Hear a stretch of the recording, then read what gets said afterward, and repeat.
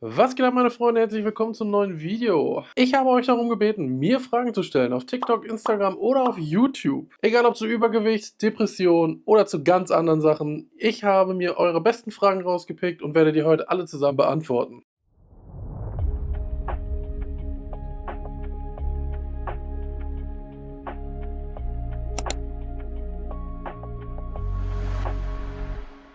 Fangen wir mal mit der allerersten Frage an. Die lautet: Wie kam es so weit, dass du übergewichtig wurdest? Das Ganze habe ich ja schon ein paar Mal angesprochen, und zwar war es bei mir nicht einfach, dass ich mein Leben lang übergewichtig war, sondern ungefähr in dem Alter von 20 Jahren fing das bei mir an, dass ich krank wurde. Dadurch folgten viele Krankenhausaufenthalte, sehr viele Medikamente, und dann hat sich das langsam so aufgebaut.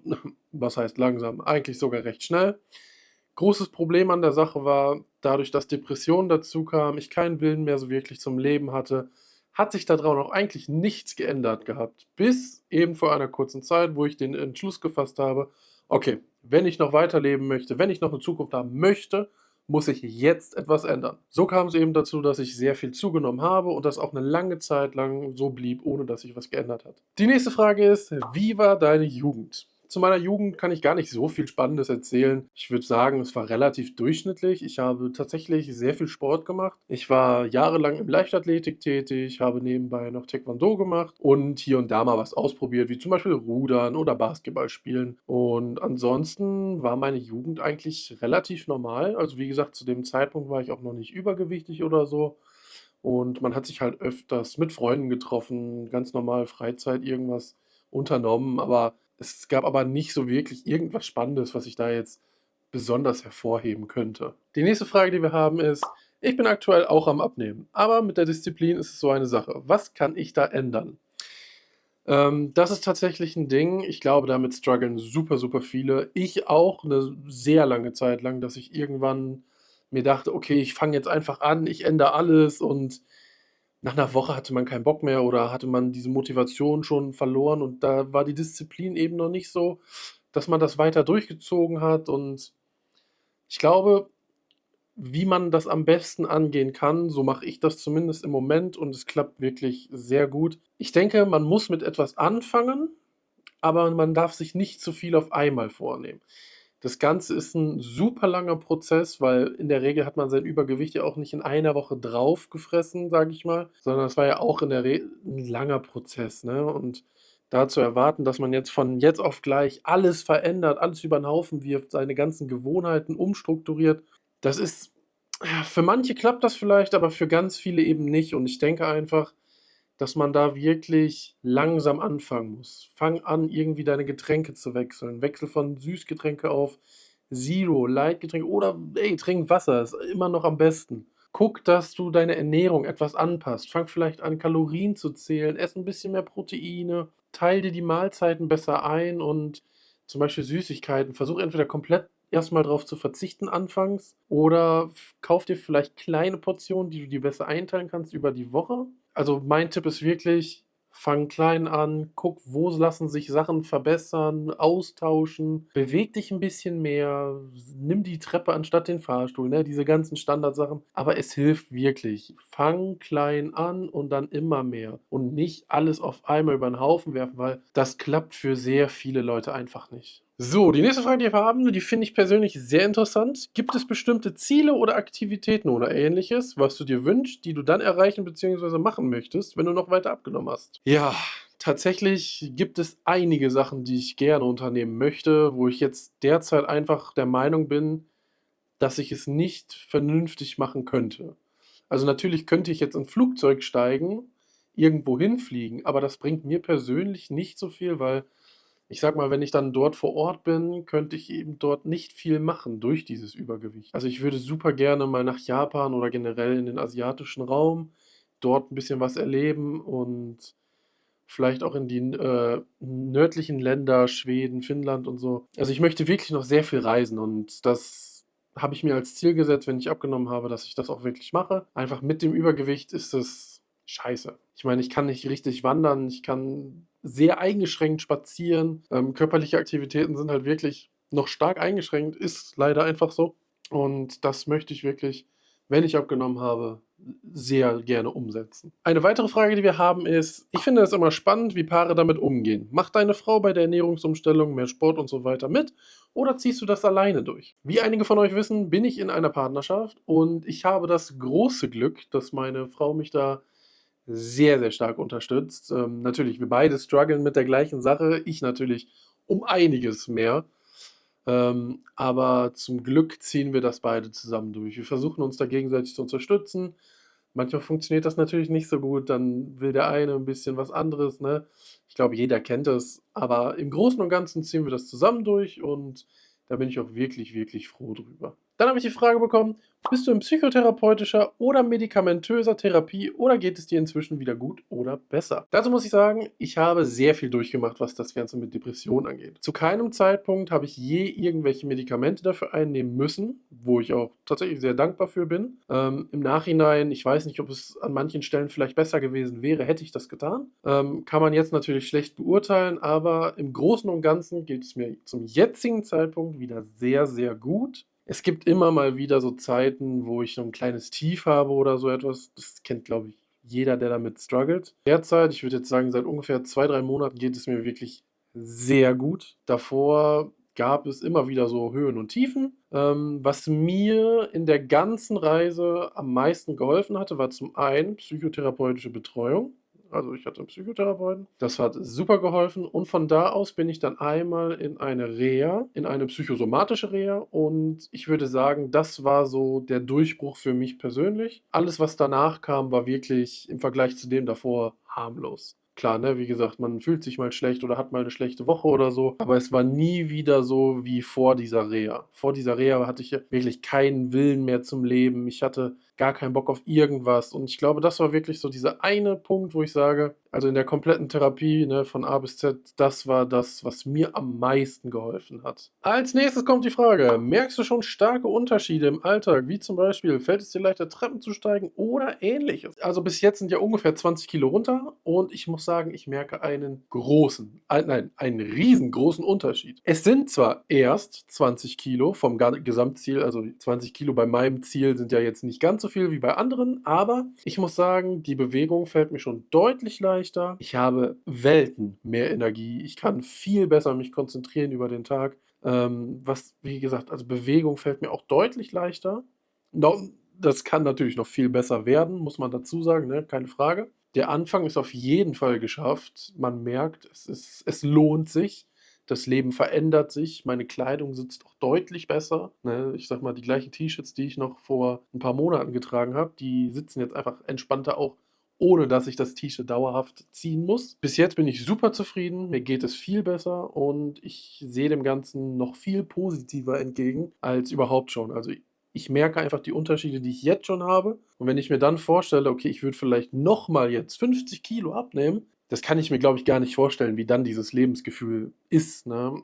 Es ist so lange her, dass ich sag mal, dieses Gewicht hatte, ich weiß gar nicht mehr wirklich, wie das überhaupt ist. Dann aber auch noch eine sehr interessante Frage: Wann in die Schweiz auswandern? In die Schweiz glaube ich tatsächlich gar nicht, aber Auswandern ist schon eine lange Zeit bei mir ein Thema. Das steht auch irgendwo auf meiner To-do-Liste. Wenn es nicht komplett auswandern ist, dann zumindest irgendwie so, dass man reist und vielleicht Wiesen in Anspruch nimmt, sei es vielleicht Thailand oder irgendwelche anderen Ländern, wo man dann vielleicht mal anstatt 'n Urlaub macht für 2 Wochen, dass man dann vielleicht wirklich dort mal ein paar Monate verbringt, dort die Kultur kennenlernt, das Land kennenlernt, einfach von dort aus auch arbeitet. Also, das ist schon ein sehr großer Wunsch für mich, dass ich das wirklich auch durchziehe. Ob ich dann wirklich permanent auswandere, fest in ein anderes Land, weiß ich nicht. Weg von hier möchte ich schon ganz gerne. Ich merke es immer wieder, wenn man irgendwo ist, was nicht gerade so Deutschland ist oder da, wo wir jetzt gerade wohnen. Die Leute sind einfach glücklicher, das Wetter ist besser, die Menschlichkeit ist einfach wieder vorhanden. Hier, wenn du irgendwas sagst oder irgendwas machst, dich gucken alle doof an. Es wird nur gemotzt, gemeckert, jeder ist schlecht drauf. Ich meine, wem erkläre ich das? Ihr kennt das ja wahrscheinlich selbst alle. Deswegen, also Auswandern ist schon wirklich eine ganz hohe Priorität für mich, die ich gerne umsetzen möchte, wenn ich das Ganze hier im Griff habe.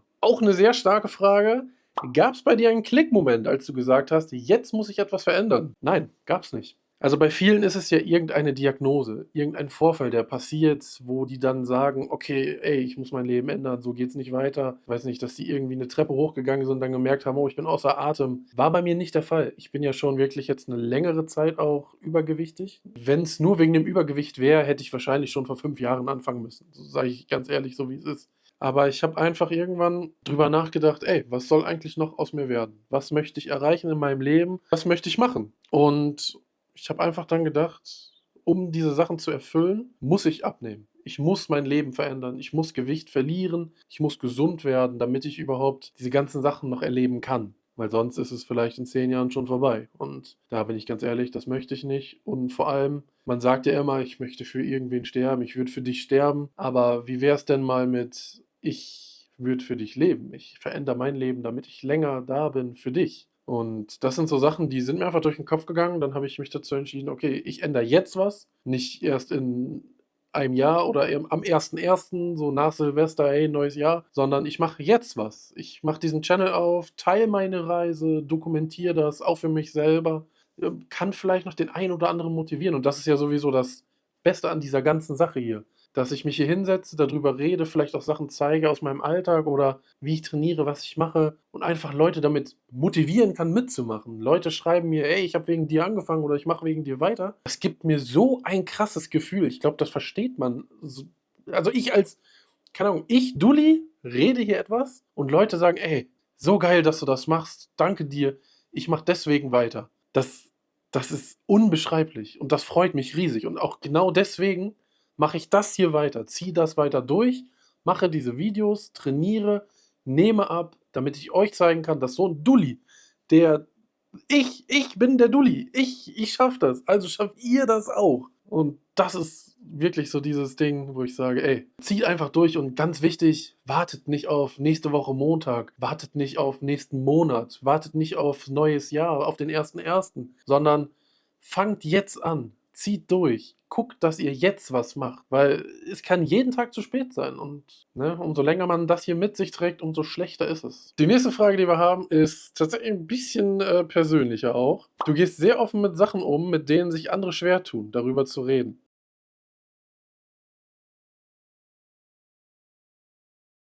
Hast oder hattest du Angst vor negativen Urteilen und wenn ja, wie hast du diese überwunden? Boah, also, dass man sehr viel Negativität entgegenbekommt, wenn man solche Sachen teilt im Internet, ist, denke ich mal, jedem bewusst. Ich meine, man muss teilweise nur unter meine Videos gucken und findet eine Handvoll oder manchmal auch sogar mehr negative Kommentare. Das Ganze geht natürlich nicht einfach so an einem vorbei. Das ist ganz klar. Ich würde aber persönlich sagen, mich treffen diese Sachen eher weniger. Es gibt wahrscheinlich auch andere Creatoren, die sich das dann deutlich mehr zum Herzen nehmen. Aber ich habe über die Jahre mit meiner Krankheit, mit den depressiven Zuständen, die ich hatte, so eine, naja, ist mir scheißegal Mentalität entwickelt. Wenn jetzt irgendwer in meine Kommentare kommt und schreibt, ey, du bist fett, ja, danke, das weiß ich, deswegen mache ich das hier, ne? Wenn jetzt aber wer sehr persönlich wird und, ne, dann schon so sehr böse Kommentare auch verfasst, die dann natürlich auch ein bisschen mehr unter die Haut gehen. Klar, tut vielleicht weh, wenn man es gerade liest, aber ich versuche mich davon wirklich nicht beeinflussen zu lassen. Ich mache das Ganze hier, um mein Leben zu verändern. Ich mache das Ganze hier, um Leute zu motivieren. Und wenn da irgendwelche Leute, die mit sich selber unzufrieden sind, kommentieren oder die versuchen wollen, mich zu verletzen, ist das natürlich nicht schön, aber dann ist das so. Aber ich versuche, die positiven Seiten dieses ganzen Dings hier einfach zu sehen und dementsprechend halt mich daran zu klammern. Und bis jetzt funktioniert super. Klar, das eine oder andere Kommentar, was ich bekommen habe, hat schon mal sehr wehgetan, aber in der Regel sehe ich da schnell drüber hinweg. Also wirklich Tipps geben, wie man das macht, kann ich leider nicht. Wie gesagt, bei mir ist es diese Scheißegal-Mentalität, die dann einfach greift und da bin ich auch sehr froh drüber. Noch eine Frage, die ich häufiger bekommen habe, ist: Was mache ich beruflich? Ich bin gelernter Groß- und Außenhandelskaufmann, habe aufgrund meiner Krankheit dann so ein paar Lücken im Lebenslauf, habe dann aber als Co-Leitung in der Disposition gearbeitet, habe dann eine Weiterbildung als Social Media Marketing Manager abgeschlossen, bin dort jetzt in dem Bereich eben tätig und versuche mir auch dort immer neue Aufgaben zu suchen.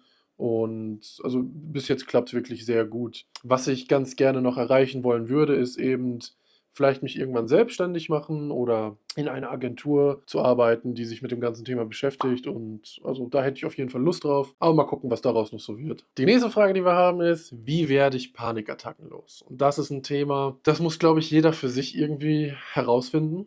Das ist leider so.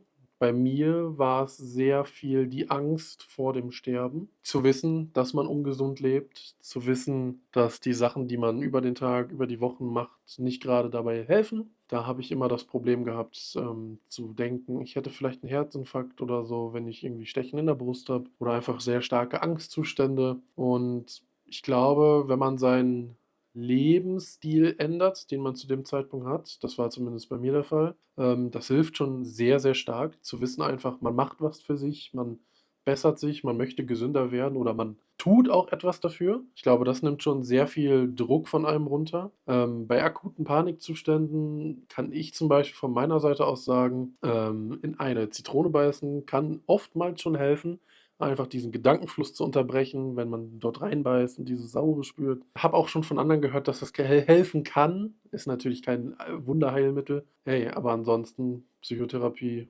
Reha, diese Standardprozedur dafür, einfach herausfinden, warum man diese Panikattacken hat, warum man diese Angstzustände hat. Ich glaube, da muss man sich sehr viel mit sich selbst beschäftigen, damit man da gut rauskommt. Aber es dauert wirklich super, super lange. Noch eine Frage, die ich tatsächlich häufiger bekommen habe, ist: Hast du vor, mit Content Geld zu verdienen oder das sogar hauptberuflich zu machen? Und da muss ich ganz klar sagen, wenn sich die Möglichkeit bieten sollte, mit diesem Content Creation eben Geld zu verdienen oder sogar selbstständig zu werden, würde ich das natürlich gerne machen. Aber dazu muss ich auch sagen, ich bin jetzt nicht auf Geld aus. Ich mache jetzt hier keine Werbung für irgendwelchen shady Sachen oder Sachen, wo ich gar nicht hinterstehe oder sonst irgendwas. Das ist gar nicht mein Ding. Ich möchte niemanden abziehen, ich möchte niemanden irgendwo reinlocken oder sonst irgendwas, sondern ich möchte mein Ding machen. Und wenn ich irgendetwas bewerben sollte in Zukunft, das sage ich jetzt ganz klipp und klar, dann stehe ich hinter dem Produkt. Dann habe ich das entweder selbst benutzt oder bin ein großer Fan davon oder wie gesagt, ich stehe dahinter. Ich würde niemals Werbung für irgendeinen Scheiß machen, der irgendwie versucht wird, mir oder euch anzudrehen. Ich habe schon einige Angebote bekommen für kleinere Brands, irgendwas zu machen, aber da bin ich ganz ehrlich, da stand ich nie hinter, war nie Fan von den Produkten und auch wenn ich dafür hätte Geld bekommen können, sage ich da ganz klipp und klar, nein, danke. Also, wenn ich irgendwann in Zukunft Werbung machen sollte, dann stehe ich auch wirklich hinter dem Produkt. Und ob ich mit der ganzen Sache irgendwann hauptberuflich was machen kann, das weiß ich jetzt natürlich noch nicht. Ne? Ich habe quasi gerade erst angefangen mit der ganzen Sache. Wenn sich das irgendwann mal ergeben sollte, gerne. Aber ansonsten, ey, soll so sein. Und der eine oder andere wird ja schon bemerkt haben, dass ich auch manchmal so Produkte zeige, was bis jetzt noch keine Werbung war, muss man ja dazu sagen. Zum Beispiel, ne, wie einige Proteinpulver oder so, die ich sehr gerne benutze. Das sind dann aber auch Produkte, die kaufe ich mir privat, die benutze ich privat oder auch mein Umfeld, zum Beispiel meine Familie, meine Freundin. Wir benutzen diese Sachen privat und deswegen zeige ich die dann auch in den Videos. Das hat nichts mit Werbung zu tun oder sonst irgendwas, sondern das sind einfach Sachen, die ich wirklich auch selber gerne benutze. Und das ist mir dann auch super wichtig, einfach, dass ich das klar und transparent zeige. Ey, ich benutze die Sachen privat selber, das ist keine Werbung. Ich denke einfach, diese Transparenz, das ist heutzutage wichtig, weil es gibt so viele Influencer, so viele Content Creator, die einfach Werbung für irgendwas machen, was den gar nicht interessiert, wo die gar nicht hinterstehen, einfach nur, weil es Geld bringt. Ne? Und da bin ich einfach nicht so der Fan von, ne? Muss ich ganz klipp und klar sagen. Und das wird sich auch, glaube ich, nicht ändern. Also ich würde jetzt auch keine Werbung irgendwie für Online-Casino oder Spielwetten machen. Das ist einfach gar nicht mein Ding. Da stehe ich null hinter. Ich verurteile das sogar her. Sowas wird nicht passieren. So, meine Freunde, das war schon wieder mit dem Video. Ich hoffe, ich konnte euch einen kleinen Einblick in mein Leben geben. Euch einfach mal ein bisschen erklären, so wie mein Leben bis jetzt verlaufen ist, wo ich im Moment stehe und was ich zu dem einen oder anderen Thema denke. Falls ihr noch irgendwelche Fragen habt, schreibt die gerne in die Kommentare. Ey, ich würde die lieben gerne beantworten. Entweder direkt in den Kommentaren, vielleicht mit einem neuen Video, je nachdem, was so kommt. Und dann hoffe ich, wir sehen uns im nächsten Video wieder. Wahrscheinlich wird das Ganze ein Meal Prep oder ein Abnehmrezept. Mal gucken, was sich so ergibt. Bis